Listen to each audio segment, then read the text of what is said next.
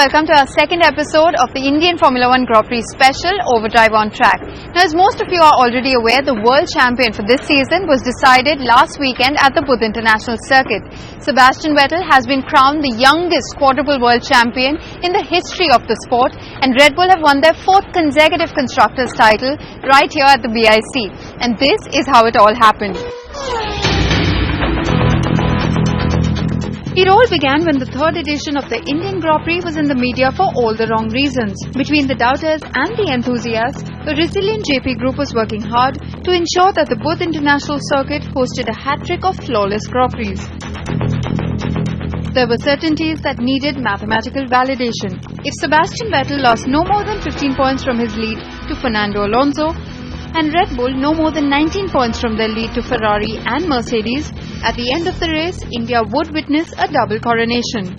The fourth consecutive one for both. Very few could bet against the chances of this happening going into the race weekend.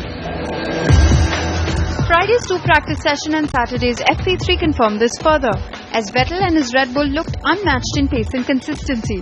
Carrying his momentum further, Vettel snatched pole position for the third time in 3 years, with a BIC lap record shattering time of 1 minute 24.119 seconds. The only ones to come close to this time were the silver arrows of Nico Rosberg and Lewis Hamilton, who qualified in second and third place respectively. Always a little bit hazy here, so you want to make sure you start from the front, otherwise you don't see the lights. I don't know. I like this track. Obviously, been phenomenal yesterday and today. Yeah, I'm pleased. No, it was a good qualifying and very, very difficult weekend because we really pushed the limits on everything on setup. Just went a bit crazy on that, just looking for the extra tenths out of this car for the end of the season, and I think we found it. Happy to be up there, and I hope that tomorrow we can try and fight the guys that are behind us and stay ahead of as many people as possible. It was a possibility to get pole, but not that easy. So I thought let's do something different, and it actually worked out okay. He's still going to be in sight on the grid, hopefully still in sight at the end of the first few laps, and then the race will go from there. Obviously it's not just always about Seb, but we need to focus on our own race and get to the end of the Grand Prix. The lack of attendance on Friday and Saturday at the Buddh International Circuit was alarming and disturbing, as both local and international media and delegates began to question India's interest in the pinnacle of motorsports. Race day changed all of that, and at the start of the race we witnessed a completely packed grandstand, with the attendance surprisingly matching last year's at 60,000 strong, which is way more than what Wankhede Stadium had during the World Cup final. Tyre strategy was to be a critical part of this year's race, as we saw different strategies adopted even within teams. Vettel started from pole position on soft compound, while his teammate Mark Webber started on medium compounds from 4th position.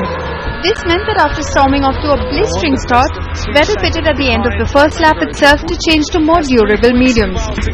Webber's strategy meant that despite a terrible start, he led the race from the 9th lap to the 29th lap when he pitted for the first time.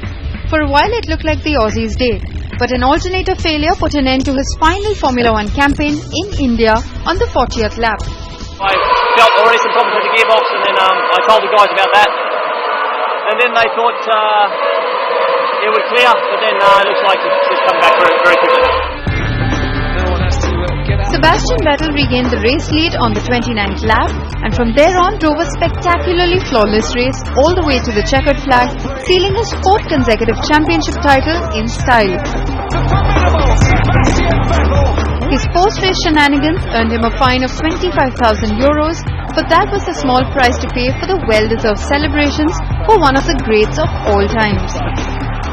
I struggled. I crossed the line and I was empty, You could argue, you could see that one coming, but I love driving the car, and I said it to the boys last night that I love to give everything I have on a Sunday, and for the whole weekend, really trying to give back, what they give me, hours of work, attention to detail. So, what are we here for? We're here to win. Behind the champion, it was anybody's guess who would make up the other 2 podium positions. The strongest contenders were the silver arrows of Nico Rosberg and Lewis Hamilton, who had qualified just behind Vettel. But no one ruled out some brilliance from title contenders Fernando Alonso and Kimi Raikkonen despite an average qualifying. However, it was Nico Rosberg who held his own till the very end, stealing his best result at India with second place. Yeah, I'm pleased. I mean, best of the rest. That was the target for the weekend, and I achieved that together with my team. And for once, you know, a normal weekend where everything went normally, and so second place is great. But the drive of the day was arguably from Romain Grosjean, who stunned everyone with a third place finish after being relegated in Q3, starting in 17th place on the grid. No one, including Grosjean himself, would have bet on him to reach the podium step going into the race. But his pace was so strong that the Lotus team had to ask his teammate Kimi Raikkonen to get out of his way, in not as polite a manner. It wasn't an easy race. We have been brave yesterday in quali. For the strategy that didn't work out, and this morning when I came I said, come on guys, I think we all agreed to be very brave today, and soft tires all better than what we thought at the beginning of the race. That allowed us to get a few more laps, which may have been the key at the end of the race. The only driver who could have theoretically stopped the raging Sebastian Vettel from being crowned in India was Fernando Alonso, who had to finish at least in second place. The double world champion, however, couldn't match the pace of the Red Bulls throughout the weekend and had the most disappointing race, finishing in 11th position. His worst result since he retired in the second race of the season in Malaysia. Yeah, obviously not a clear start. A little bit unlucky because I think Mark also was having a contact with someone, and then the third part was me on that equation, and then with Button as well in corner 4, it was a little bit of mixed start, and you know, the race was uphill from that moment because we were last with one stop more compared to the others already done, so difficult race and not enough pace. The Force Indias of Paul di Resta and Adrian Sutil, after qualifying 12th and 13th, put on an impressive show in what could possibly be their last home race, scoring a double points finish with 8th and 9th place.